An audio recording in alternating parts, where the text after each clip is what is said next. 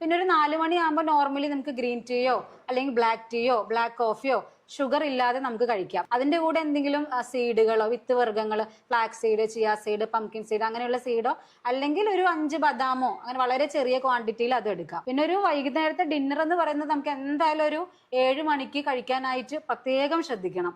ഈ കറികൾ മാത്രം. ഇപ്പൊ ഉച്ചയ്ക്ക് നമ്മൾ വെച്ചതിന്റെ എന്തെങ്കിലും ഉപ്പേരിയോ തോരനോ ഒക്കെ ഉണ്ടെങ്കിൽ അത് മാത്രമായിട്ട് കഴിക്കുക. അല്ലെങ്കിൽ സൂപ്പ്, അതിപ്പോ നോൺ വെജ് ആണെങ്കിലും വെജ് ആണെങ്കിലും സൂപ്പ്, അതിന്റെ കൂടെ വെജിറ്റബിൾസ് ഇട്ട്, ക്ലിയർ അല്ല, വെജിറ്റബിൾസ് ഇട്ട സൂപ്പ് അല്ലെങ്കിൽ സാലഡുകൾ എക്സ്ട്രാ എടുക്കുക. അതുപോലെ സ്വീറ്റ് പൊട്ടറ്റോ കഴിക്കാം.